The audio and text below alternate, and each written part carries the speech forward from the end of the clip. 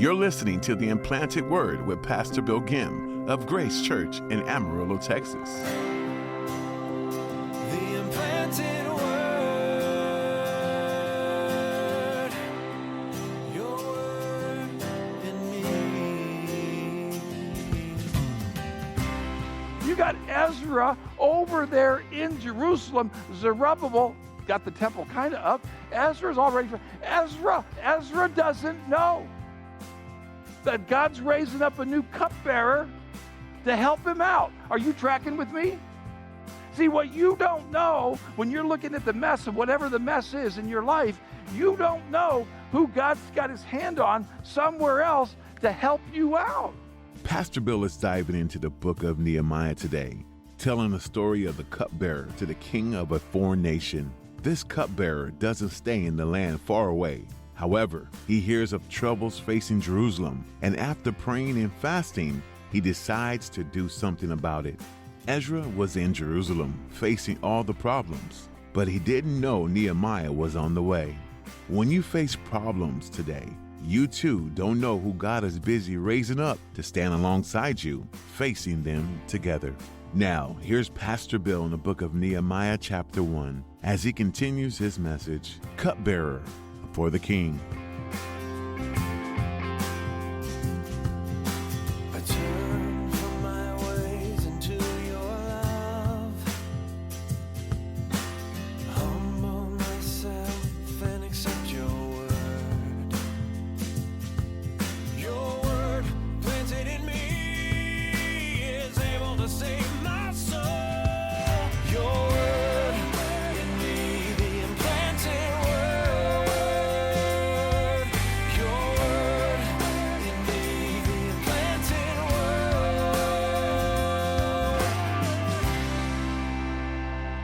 Somebody's got to do something. And so the first thing that somebody does, Nehemiah or a cupbearer, you start praying. You start really praying. Then you start fasting. And then that 1 week turns into a month. And then 1 month turns into 4 months. And you start beseeching the Lord. And then it's coming down through time where it's like somebody's got to do something. And there's one thing when people say, well, you ought to do this or you ought to do that. But then all of a sudden the finger points at you and God says, no, you need to do something. I need to do something. You need to do something. Well, now, wait a minute. Do you know what job I have? Do you know what's going on in my life? And I work for the man, Artaxerxes. Artaxerxes is the one that shut it down 17 years ago in Ezra chapter 4. I've got a burden to do something for the city that the ruler of the world shut down. Hey, Lord, I'm in a really tight spot. And I'm the cupbearer to the king. By the way, you know you're in the position of Nehemiah when the problem's so big you can't fix it. When you would pray a prayer that only God himself can fix. Right about now, you should say, Pastor Bill, who are you talking about? Talking about you. Me? I thought you were using you as the illustration. Well, I was using me as the illustration when I didn't know what to do. I was sitting in a church that went crazy. You know it's really bad when at a public meeting they call the pastor Hitler. You know you're in a bad church. An evil church. When they call the board a bunch of communists, you know you're in a bad church. What did you do, Pastor Bill? Well, I prayed God would get them. Correct them. Get me out of here. Only problem is, I'm the youth pastor in this church. I'm just a cupbearer. You don't expect me to do something, do you, God? Let somebody else start Grace Church. Let somebody else figure it out. Let somebody else go through all the turmoil. And God said, no, I want to use you. Well, I don't know what to do. I know. You're in survivor mode. Survivor mode. That's the word that's used right there. They're just barely surviving. And we had some friends around us. We were all 28, 29 years old. We all had little babies. And we were in survivor mode. You guys know with young families what that's like. You're just trying to keep them fed, and find enough money to get through to the next Friday. You're a big spender if you have enough to buy a pizza on Friday night because you got no money, and you want me with these babies to start a brand new church. And God said, that's exactly right. Well, it won't work. Don't tell God. But God, you don't know what we need. God says, I know exactly what you need. I don't have any men. I don't have any leadership. I don't have any pastor. We don't have any money. We don't have a name. We got nothing. We got zip. We started in a gas station with 17 people. It should have never worked. But did you know what God did? God has a sense of humor. He brought some other cupbearers to help this cupbearer figure it out. See, what you don't know is that God knows how to find the right cupbearers like you to get the project done to where he's the only one that gets the glory. He's the only one that gets the glory. So way back in the day when we're at the YWCO, not the YWCA, not the YMCA, but the YWCO, and it was ghetto back then. It was ghetto. It was right next to Elwood Park. I mean, we were but we thought we were high class. You say, why did you say? Because we had some other people that just showed up. And you say, well, why did they show up? Because God said, okay, I need some other cupbearers to go help that cupbearer put this together. And one of those cupbearers was a guy named Harold. Harold lives in heaven today, but Harold's worked at Bell Helicopter. He was a cupbearer to Bell Helicopter. And what is he supposed to do? Well, he came down. He was the first treasurer of our church. He helped get things together. He was organized. He was one of the engineer guys at Bell Helicopter. And he's helping this little cupbearer figure out how to do church. And I'll never forget, for whatever reason, him and his son had a burden to tape our messages. Like old school, reel to reel. This is before cassettes, okay? This is old school. And do you remember the video cameras that when they first came out, they were like this big, and they had the big VHS tape, the really big tape? For whatever reason, Harold Landers at the YWCO is taping this cupbearer VHS, and then he would take it home, and then they would duplicate it one VHS at a time. And then they would send them across the country, the people that moved away from our church. And I think back, like, who would ever do that? God. And you say, what was that? Well, looking on it right now, it was pretty ghetto, but back then it was like cutting edge technology. Who else has a VHS tape ministry going across the country? You say, why are you telling us that story? Because you see, here's the thing that gets me. When Nehemiah was getting the burden and praying the prayer, and somebody's got to do something, and God's going to put his finger right on his chest and say, you're the guy that's going to do something. Who, me? I work for the king that canceled the project. That's going to cost me my life. And God said, well, just pray about that for 4 months, and then we'll talk about it some more. But here's what you need to know. They didn't have cell phones. They didn't have internet. You got Ezra over there in Jerusalem. Zerubbabel got the temple kind of up. Ezra's already.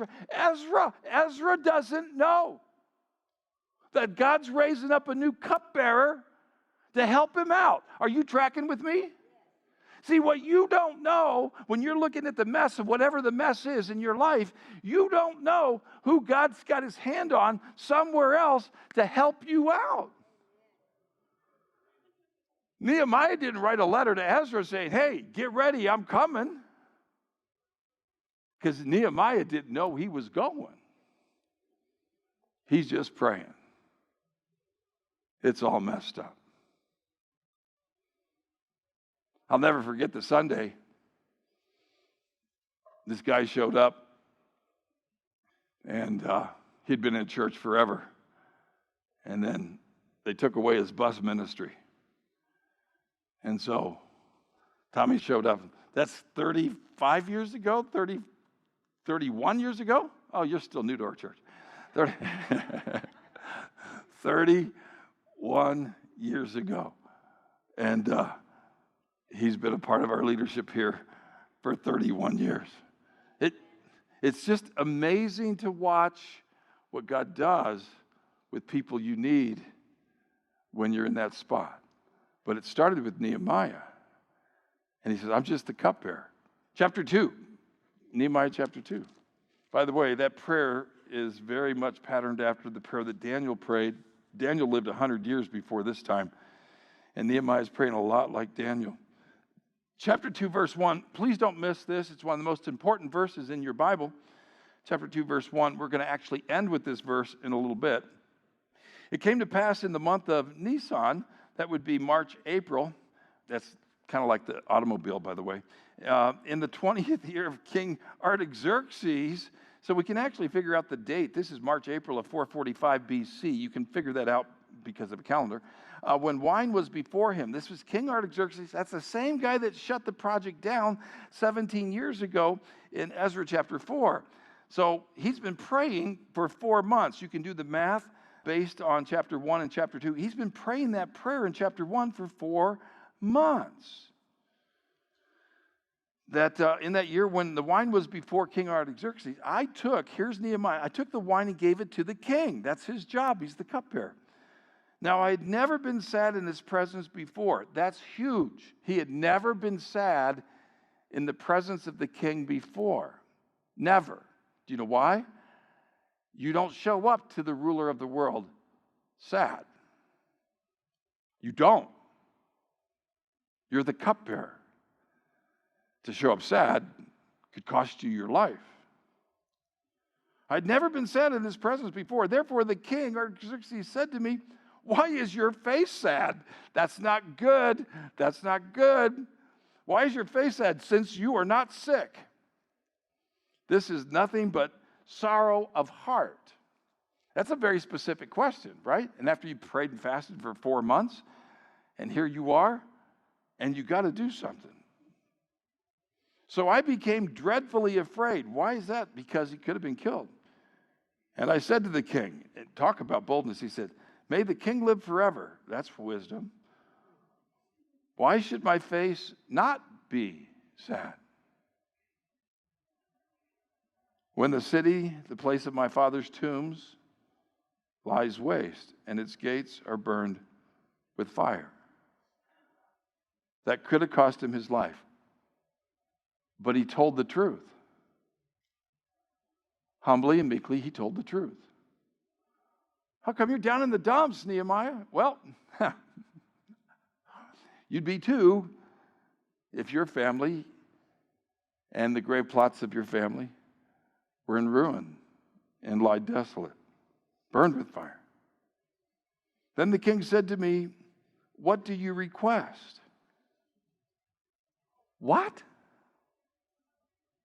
What do you request?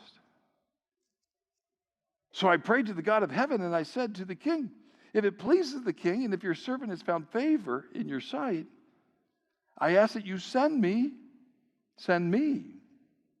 to Judah, that's 800 miles away, to the city of my father's tomb, that I may rebuild it. What? Well, I know I'm just a cupbearer, but I've been praying for 4 months. And so since you're asking me, here's my request. I want to go 800 miles. I want to go all the way to Judah. I want to rebuild the city. That's what I want to do. Then the king said to me, the queen also sitting beside him, how long will your journey be? And when will you return? So it pleased the king to send me, and I set him a time. Furthermore, I said to the king, if it pleases the king, let letters be given to me for the governors of the region beyond the river, that's Euphrates, that they may permit me to pass through till I come to Judah, and a letter to Asa, and the keeper of the king's forest, that he must give me timber to make beams for the gates, and for the citadel which pertains to the temple, for the city wall, and for the house that I will occupy. And the king granted them to me according to the good hand of my God upon me.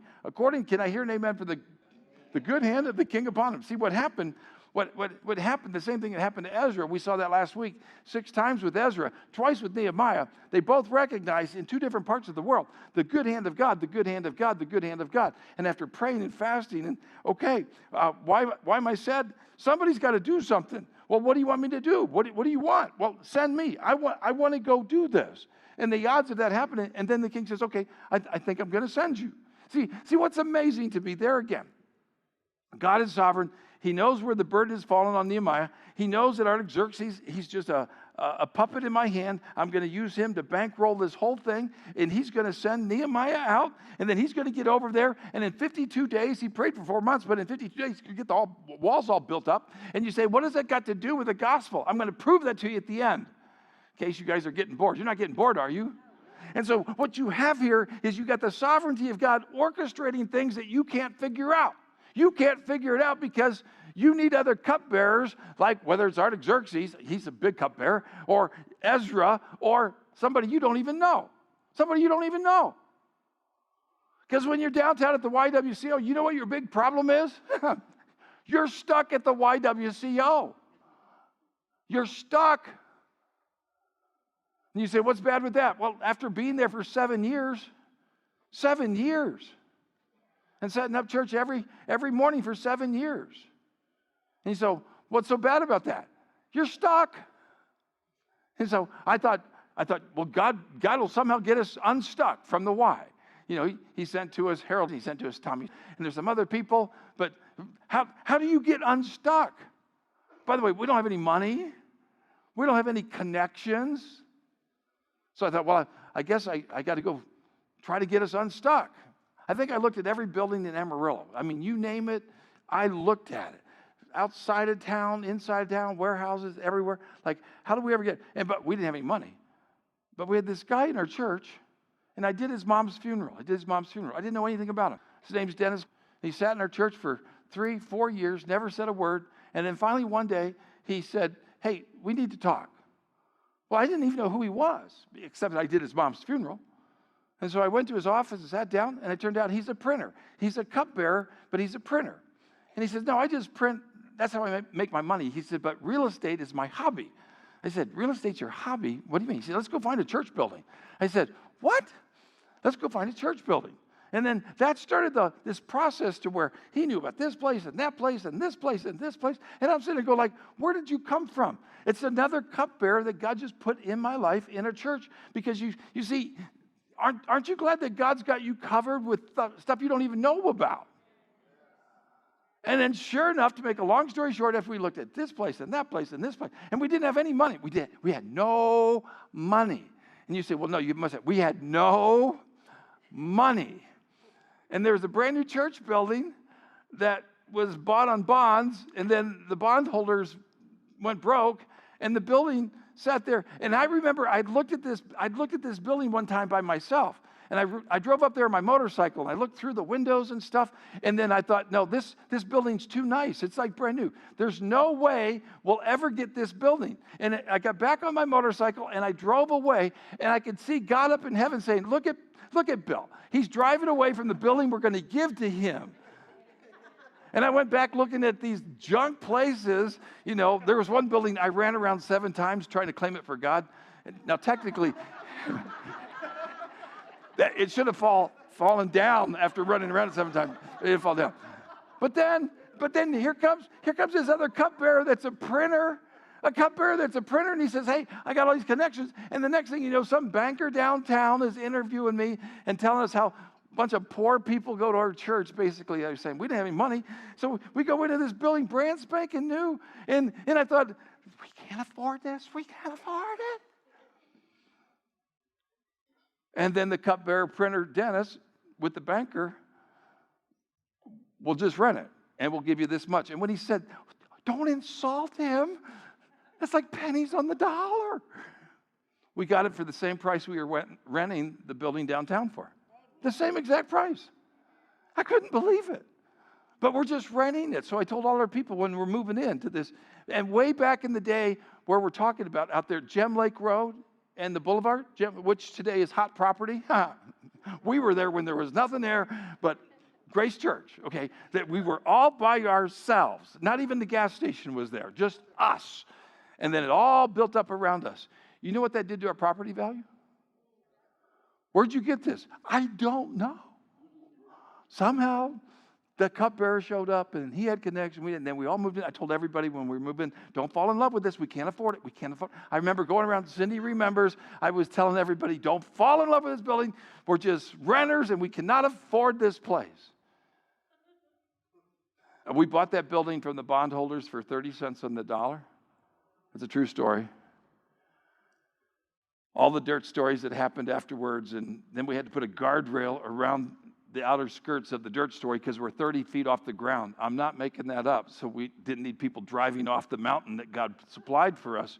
I'm summarizing. I've seen mountains move on the faith of a mustard. I've seen that happen. And then when we got this building, which is another whole story because we still didn't have any money. And then radios happened at the same time. And that you have to have all these cupbearers showing up. You know, different cupbearers with different burdens that have connection to radio and property and buildings. Who am I, Lord?